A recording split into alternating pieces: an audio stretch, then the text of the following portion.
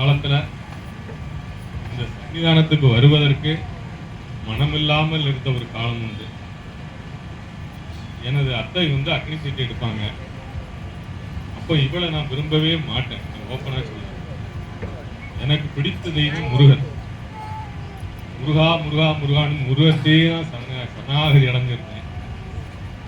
ஆனா அப்பவும் எனக்கு திருமணமாகி ஒரு ஆண் குழந்தை பிறந்து அது பிறந்த அன்னைக்கே தவறுச்சு. அடுத்து இவ தான் வந்தா.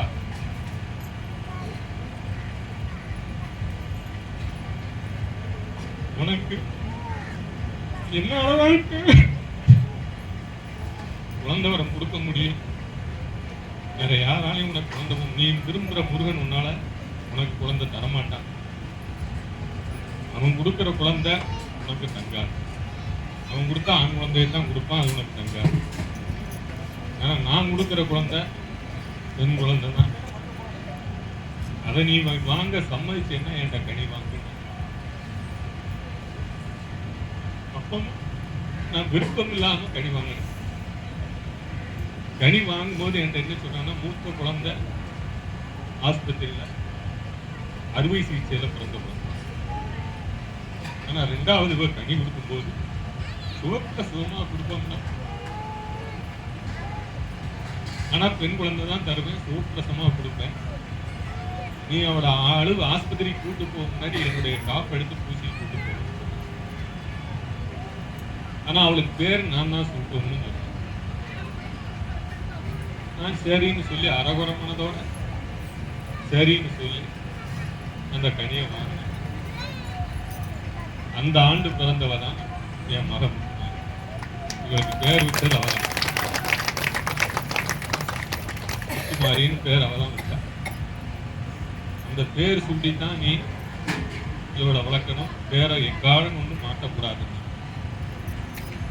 அவ பிறந்து அவளுக்கு பேர் சூட்ட கொடுக்கும் போது, இவளுக்கு பேர் சூட்டி என்கிட்ட கொடுக்கும் போது அவள் சொன்ன வார்த்தை, 9வது மாசம் உனக்கு அரசாங்க வேலையை வாங்கி தருவோம்னு சொன்ன.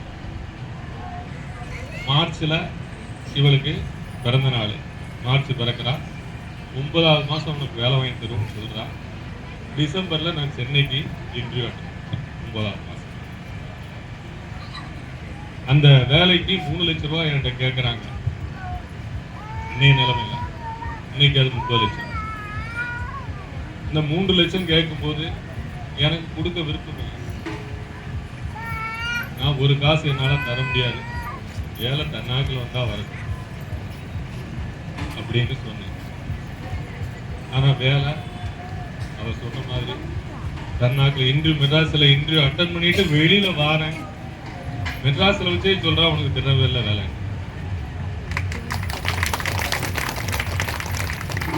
ஏன்னா நம்ம எல்லாம் அவளை நம்பி இருக்கோம். சரணாகதி அடைஞ்சிட்டா ஒருபோதும் கைவிட மாட்டான். அடுத்து கரெக்டா 9 மாசம் அந்த திருநெல்வேலியில வேலையில ஜாயின் பண்றேன். இடையில எனக்கு இடையில ஒரு 9 வருஷம் கழிச்சு 2012 பார்க்கல டிரான்ஸ்பர் ஆகுது சென்னைக்கு திருப்ப. ஆனா அப்போ நான் அன்னதானம் 7000 பண்ணையில நான் இல்லை, அவன் நடத்தினேன். 7000 பண்ணையில திருவேங்கடத்துல சாத்தூர்ல 3 வேளை அன்னதானம் நடத்திக்கிட்டு இருந்தான். அப்போ ஒரு காலகட்டத்தில் வரும்போது எனக்கு டிரான்ஸ்பர் ஆகுது. நானும் எவ்வளவோ மினிஸ்ட்ரிட்ட எல்லாம் ட்ரை பண்ணி பார்க்குறேன்.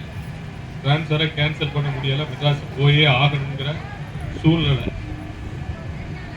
அந்த நேரத்தில் 7000 பண்ணையில இவளுக்கு அன்னதானம் பண்ணும்போது, சாத்தூர்ல இந்த குச்சி ஃபேக்டரியில் வச்சு அன்னதானம் பண்ணும்போது அங்க வந்து கணக்கெடுத்து சொல்லுதா, உனக்கு டிரான்ஸ்பர் இல்லை, நீ திருநெல்வேலியில் வேலை பார்க்க. ஏன்னா நான் கேட்கிறேன், நான் இங்கே இருந்தா என்னால் இந்த அன்னதானங்களை தொடர்ந்து செய்ய முடியும். நான் சென்னை போயிட்டோம்னா அங்கேருந்து என்னால் வந்து இந்த அன்னதானத்தை செய்ய முடியுமான்னு தெரியல அப்படின்னு. உனக்கு டிரான்ஸ்பர் இல்லை, நீ அடுத்த வருஷம் எனக்கு 2 நேரம் அன்னதானம், அது வரைக்கும் நான் சாத்தூர்ல மட்டும் அன்னதானம் பண்ணிட்டு இருக்கேன். 2 வேளை நீ எனக்கு அன்னதானம் கொடுக்கணும். 7000 மணிலையும் மதிய வேலை எனக்கு அன்னதானம் கொடுக்கணும்னா உனக்கு டிரான்ஸ்பர் கிடையாதுன்னா. ஆனா அந்த டிரான்ஸ்பரை கேன்சல் பண்ண விதம்லாம் பார்த்தீங்கன்னா நம்மளால மனிதர்களால யாராலும் செய்ய முடியாது. அப்ப ஜெயலலிதா அம்மா பீரியடு 2 மினிஸ்டர் நம்ம ஊர்ல கருப்பசாமி மினிஸ்டர் உங்களுக்கு தெரிஞ்சிருக்கும். கருப்பசாமி மினிஸ்டர் கை வச்சுட்டார் என்னால முடியாதுன்ட்டு. நத்தம் விஸ்வநாதன் கை வச்சுட்டார். 2 மினிஸ்டர் என்னால செய்ய முடியாதுன்னு சொல்லிட்டாங்க.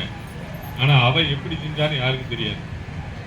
எனக்கு அந்த மே மாதம் வரையில மே மாதம் நம்ம ஏதாவதுல ஜாயின் பண்றோம்னு சொல்லி எழுதி கொடுத்துட்டு இங்க திருநெல்வேலியில் கண்டினியூ பண்ணிட்டு இருக்கிறேன். கரெக்டா மே மாதம் எனக்கு அந்த ஆர்டர் கேன்சல் ஆகுது. எனக்கு இங்க ஆபீசரா இருந்தவரே எனக்கு அங்க மெட்ராஸுக்கு ஆபீசரா போல. அவர்கிட்ட போய் இங்க இருந்து ஒரு போன் தான் பண்ணேன். சார் இந்த மாதிரி எனக்கு ஒரு ஆர்டர் கேன்சல் ஆகாம இருக்கு. அடுத்த செகண்ட் அதை கேன்சல் பண்ணி திரும்பவும் என்னை திருநெல்வேலியே பணியாற்றக்கூடிய வேலையை பண்ணி கொடுத்தாங்க. ரிட்டையர்ட் ஆகிறது 23 ரிட்டையர்ட் ஆகிற வரைக்கும் நான் திருநெல்வேலி தான் வரேன். ஏன் சொல்ல வரோம்னா, நமக்கு மனிதர்களா பிறந்த நமக்கு எல்லா நேரங்களிலும் கஷ்டங்கள் இருக்கும். கஷ்டம் இல்லாம இருக்காது. வாழ்வுன்னா ஏற்ற இறக்கங்கள் இருக்கத்தான் செய்யும். ஆனா அந்த இறக்க நேரங்கள்ல உடனே நம்ம என்ன செய்வோம், அவளை பார்த்தேன் உடனே உனக்கு நடந்தானே, அதை செய்யலையே இதை செய்யலையே. அவ எந்த நேரத்துல எதை செய்யணுமோ அதை செய்வா. அவ செய்யற ஒவ்வொரு காரியமும் நமக்கு நல்லதா தான் இருக்கும். இப்ப அன்றைக்கு அன்னதானம் 3 வேளை எல்லா 3 திருவேங்கடம் 7000 மணி சாத்தூர்லாம் பண்ண வச்சா, இப்போ நீ ஒரு பக்கம் பண்ண வேண்டாம் பேசாம இருக்கான்னு. அன்றைக்கு நான் விரும்புவேன் என்ன இருக்க முடிக்க மட்டும் 1200 பேர் கொண்டு வர. அந்த நேரம் 1200 பேர் வருவாங்க அன்னதானத்துக்கு. 1200 பேருக்கு. அப்ப திருச்செந்தூருக்கு அன்னதானம் 300 பேர் தான் வருவாங்க. திருச்செந்தூருக்கு நம்ம பிரச்சனை வச்சு கொடுப்பேன். அங்க 300 பேர் தான் வருவாங்க. அப்ப நான் நினைப்பேன், உனக்கு இவ்வளவு கூட்டுவாரியா, உன் பிள்ளைக்கு 300 பேரை தானே கூட்டுவாரன்னு. அங்க இந்த மாதிரி ஸ்ட்ரென்த் வராதான்னு வேண்டிய காலங்கள் உண்டு. ஆனா இன்னைக்கு 10,000 பேருக்கு அன்னதானம் வைக்க திருச்செந்தூர் ஏடிசி நகருக்குள்ள தைப்பூசத்துக்கு 3 நாள் அன்னதானம். ஐயப்பா சேவா சங்கத்துல இருந்து நீ செலவழிக்க வேண்டாம், அது பூரா ஆளை கொண்டு வந்து விட்டுட்டா. நம்ம தலைமையில நடக்கும். 10,000 பேர் சாப்பிட்டுருப்பாங்க இந்த வருஷம். அது மாதிரி எங்க ஐயப்பன் கோயில் ஒண்ணு இருக்கு புதியனர்ல. கார்த்திகை 1ஆம் தேதி மதியம் இரவு 2 நேரம் அன்னதானம். கார்த்திகை 1ஆம் தேதியில இருந்து ஜனவரி 3ஆம் தேதி வரைக்கும் கிட்டத்தட்ட 60 நாள். 60 நாளும் எல்லாருக்கும் அன்னதானம். நம்ம ஒரு நாள் 2 நாள்ல சடைஞ்சு போறோம் அன்னதானம் கொடுக்குறது.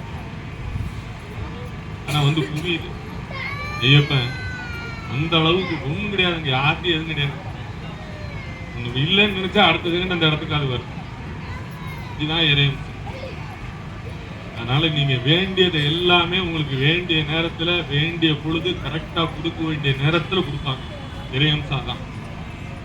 அதனால நமக்கு அது இல்லையே இது இல்லையேங்கிற எண்ணங்கள் யாருக்குமே வேண்டாம். சரணாகதி அடங்க. சரணாகதி அடையும் பொழுது நமக்கு வேண்டிய அத்தனையும் கண்டிப்பாக கொடுக்கக்கூடியவதான் அந்த தாய். இந்த ஈராத்துக்காரிய மாதிரி அவ என்ன, நான் சாதாரண ஆள். நான் திருநெல்வேலிக்கு வேலைக்கு சேரும் போது ஒரு ஸ்டூலு, ஒரு பெஞ்சு, ஒரு பேப்பர் கார்டு, ஒரு பையில பஸ்ல கூட்டு போனேன் ஜாமான. ஆனா என்னை போகும்போதே உனக்கு திருநெல்வேலியில கோடீஸ்வரன் ஆக்க விடுந்தான். நான் பணத்துக்காக சொல்ல வரல, அவ கோடீஸ்வரன் ஆக்கணும்னு சொல்ல வரல. ஆனா அவ சொன்ன ஒவ்வொரு வார்த்தையும் நடத்திக்கிட்டு இருக்காங்க. எதுவுமே குறை கிடையாது. நம்மளால 4 பேருக்கு நல்லதுதான் செய்ய வைக்கணும். என்னுடைய வேண்டுதல் எல்லாமே தர்மப்படி என்னை வழி நடத்துன்னு தான் வேண்டுவேன். தர்மப்படி நான் நடக்கணும். யாருக்கும் எந்த துரோகமும் பண்ணக்கூடாது. இந்த வாழ்க்கையில என்னை நீ படைச்சிருக்கேன். என்னென்ன காரியங்கள் நல்ல காரியங்கள் செய்ய முடியுமோ செய்ய முடியும். அதற்குரிய வழியை மட்டும் நீ வழிகாட்டு அப்படின்னு வேண்டுதல் நடத்திக்கிட்டே இருக்க. ஓம் சக்தி, ஓம் சக்தி, ஓம் சக்தி. ஐயா அவர்களுக்கு நன்றியை தெரிவிச்சுக்கிறோம்.